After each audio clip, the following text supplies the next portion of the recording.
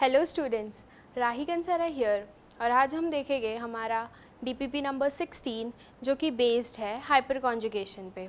तो हमारा अभी फ़िलहाल हाइपर कॉन्जुगेशन पे डीपीपीज़ हम प्रैक्टिस कर रहे हैं क्योंकि हाइपर कॉन्जुगेशन भी एक बहुत अच्छा कंसेप्ट है जो हमें बहुत काम आता है आगे की पूरी ऑर्गेनिक केमिस्ट्री में।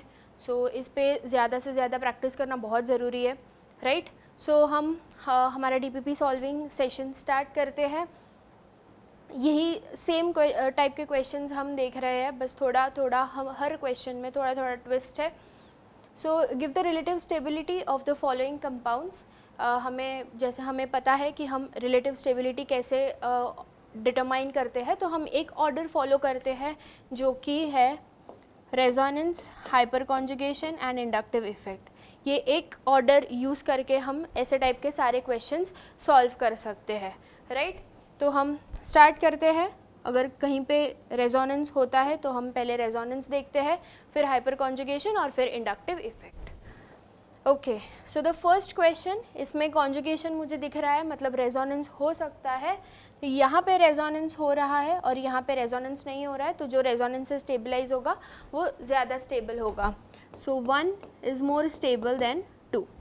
Okay, easy. नेक्स्ट वन, ये है एल्कीन। तो यहाँ पे ये है अल्फ़ा हाइड्रोजन, अल्फ़ा कार्बन, ये है अल्फ़ा कार्बन एंड यहाँ पे ये है अल्फ़ा कार्बन।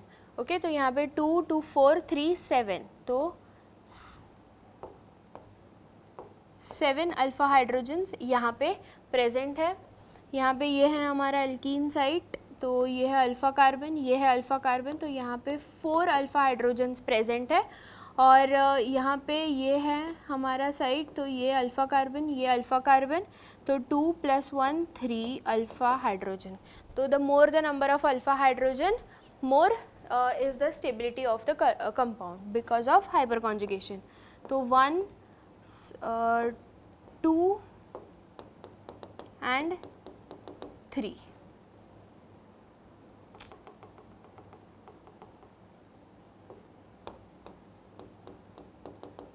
Okay, next. अब पाई बॉन्ड्स दिख रहे हैं, बेंजीन रिंग दिख रही है, मतलब रेजोनेंस कहीं ना कहीं तो मिलेगा हमें। कॉन्जुगेशन है क्या वो देखना है डायरेक्ट, ठीक है। यहाँ पे ये कॉन्जुगेशन है, फिर यहाँ पे कॉन्जुगेशन ब्रेक हो रहा है, आगे है क्या, नहीं है। तो कॉन्जुगेशन सिर्फ यहाँ पे है, मतलब यहाँ पे रेजोनेंस प्लस हाइपर कॉन्जुगेशन है। ओके, यहाँ पे कॉन्जुगेशन, ओके, ये है पूरा, यहाँ पे पूरा कॉन्जुगेशन है, तो ये भी resonance plus hyper conjugation. Okay, आगे भी है।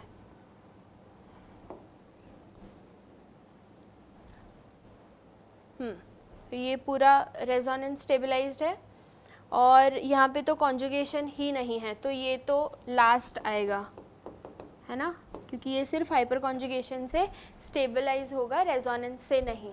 अब यहाँ पे 2 पाई बॉन्ड्स का कॉन्जुगेशन है और यहाँ पे 4 पाई बॉन्ड्स का कॉन्जुगेशन है, मतलब यहाँ पे रेजोनेंस जो है वो लार्ज एरिया में है और ये कम एरिया में है, इसलिए ये ज़्यादा स्टेबल होगा।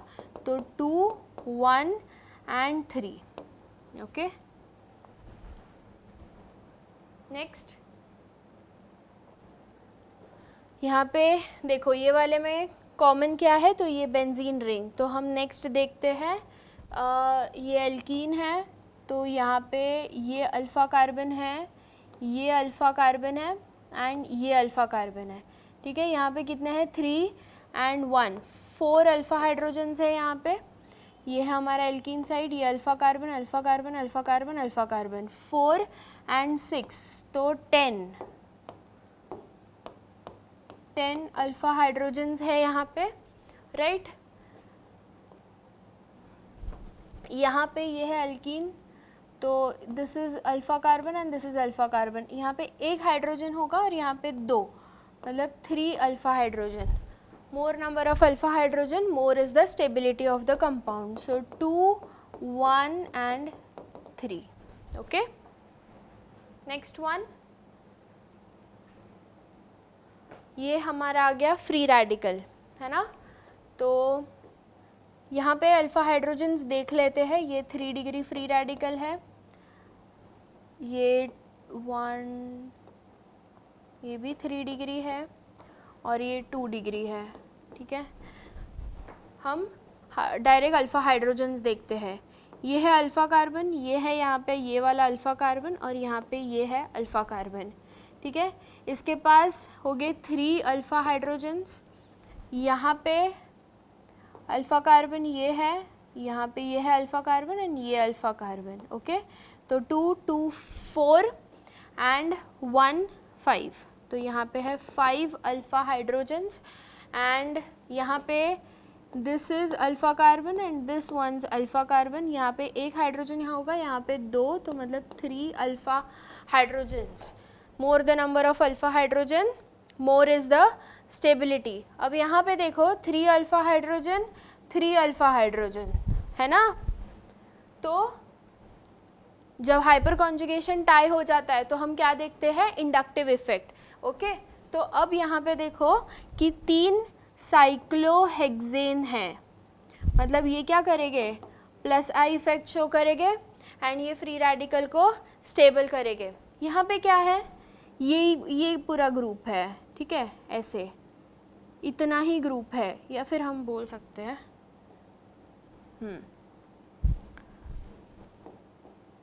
ठीक है। तो यहाँ पे ये वाला ग्रुप है, तो ज़्यादा प्लस आई इफेक्ट कौन अच्छे से शो करेगा, ये। सो पहले दिस 1, 2, फिर कौन सा स्टेबल होगा, ये, क्योंकि हाइपर कॉन्जुगेशन तो दोनों में था, बट यहाँ पे hyper conjugation plus inductive effect दोनों है और यहाँ पर सिर्फ हाइपर कॉन्जुगेशन है, ठीक है। इसलिए 2, 1 and then 3, okay. Next one alkyne, ठीक है। तो जब अल्काइंस आते हैं तो उसको भी हम अल्फ़ा हाइड्रोजन के बेस पे ही उसकी भी स्टेबिलिटी हम डिटरमाइन करेंगे। तो ये हो गया हमारा अल्फ़ा हाइड्रोजन, सॉरी अल्काइन। तो यहाँ पे 3, 3, तो 6 अल्फ़ा हाइड्रोजन्स एंड यहाँ पे है ये 2 अल्फ़ा हाइड्रोजन।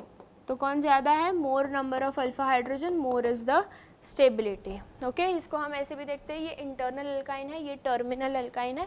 इंटरनल अल्काइंस ज़्यादा स्टेबल होते हैं as compare to terminal alkyne, okay. Next one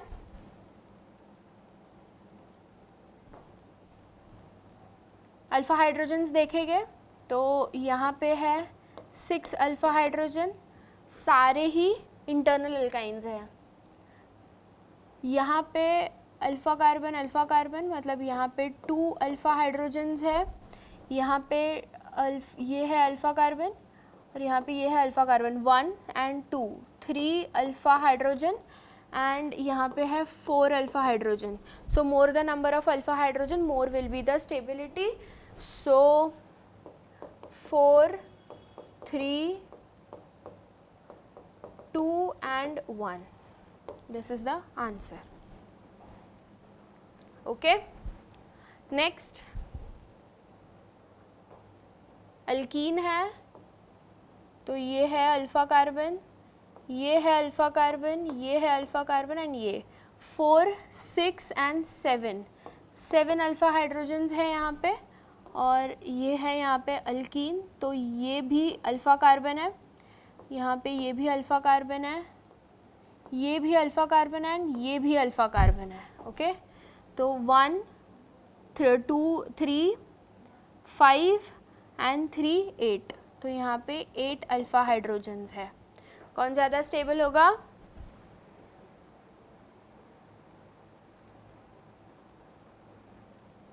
two is more stable then 1।